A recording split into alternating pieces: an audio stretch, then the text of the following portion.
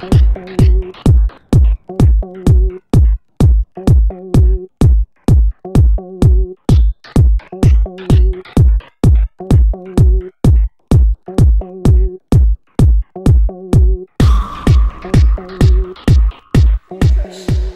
wanted to go over some leg strengthening and actually lengthening exercises. Being a runner myself, the legs get a lot of pounding, and I want to show you different ways in a space-restricted area where you can make sure you're taking care of your legs. Because if you keep running on the treadmill, running outside every day, and pounding, but not taking proper recovery care of your legs are gonna be knotted up. The fascia's gonna get so tight that you're not able to perform or run or even enjoy running. Running is a beautiful gift. It's an outlet.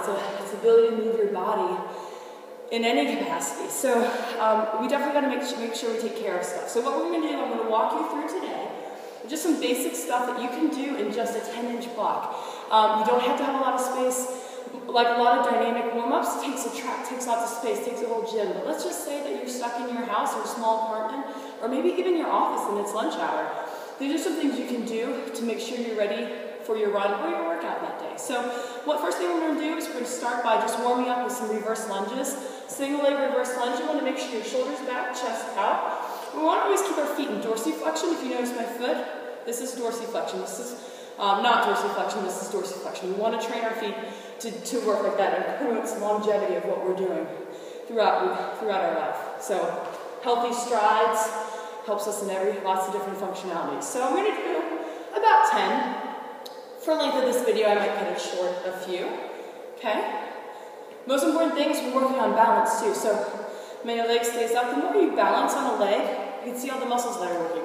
This is a great isometric exercise. So a lot of people overlook the value of balance. So we want to incorporate that in everything we do. So forward, back, and forward. And as I do this, I'm trying to keep my core tight. Okay? And I've got my nice dorsiflexion. You see when I lose balance? I tighten my abs, tighten my core, find my balance point. Okay, the next thing we're going to do are instep lunges. Most of the time when we do these, we're going a long distance at a time. I'm going to show you how to just do them stationary. It's pretty simple. I'm going to go forwards and backward and sideways so you can see the angle. What you're going to do is you're going to take your left elbow to your inner left instep. And if you can go down to the ground, you go down to the ground. Then you switch legs. Okay, it's the best hip flexor stretch there is. You want to try to keep your head up as you do it. Let me turn sideways, going backwards, and down, and then back up. And when you come back up, you're going to press through the glute. That's my right glute. So as I go down, my right, I'm going to hold that for about 3 seconds, my right elbow to my right instep. And as I come up, stand up straight, I press through my right glute, and I come up. Okay, I'm going to do one more each side. I want you guys to do 5 more.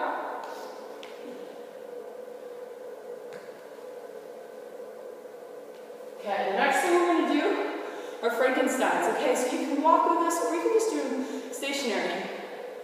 But again, dorsiflexion, your right foot to your left hand, and vice versa. Keep a nice posture. Do about 8 each. Sideways view. You can also do these when you're holding on to something, but in case you don't have anything to hold on to, like I don't right now, that's what we do. So, another good thing, nice wide stance. Let's just do some loosening of the hamstrings. Okay? Okay, what I want to be careful is not to have pointy toes when I do this because that doesn't activate my hammies. So we want to activate the hammies.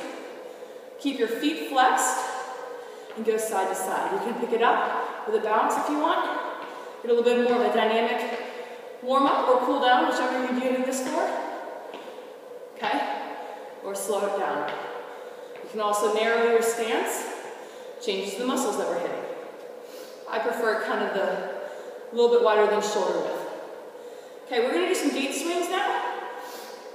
Gate swings are hips are the essential of everything we're doing. So gate swing is going to just loosen up the hips. We're going 10 each way. I'm going to do 6 just to show you. Okay, we're going to balance. I'll show you a sideways view. And again, now I'm working on my left leg stability. And now my right leg stability so that I can balance. You notice I'm not putting my foot down on my gate swing. The leg is staying there, and coming out, and then starting the next rep. Okay, we can also do these reverse. So I went in to out. Now we're going to go out to in. Out to in. Do about 10 of those. Out to in. About 10 of those. Put your hands on your hips. You can put your hands out. You do whatever you want, but definitely work on your balance and work on your dorsiflexion. The next thing we do, make that a little bit wider. The out to in a little bit wider. So out to in, and I'm just opening it up a little bit. Okay? Sort of a swinging, it's a controlled swinging action is the best way to say.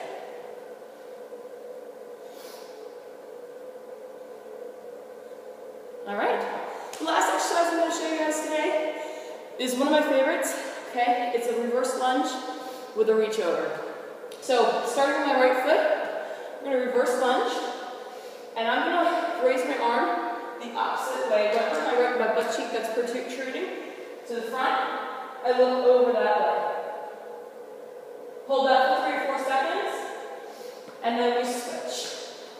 So if my right foot is forward, my right butt cheek, I'm going to put my right hand down and lift my left hand up and look away.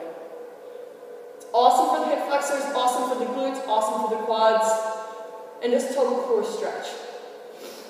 Let's do one more on each side.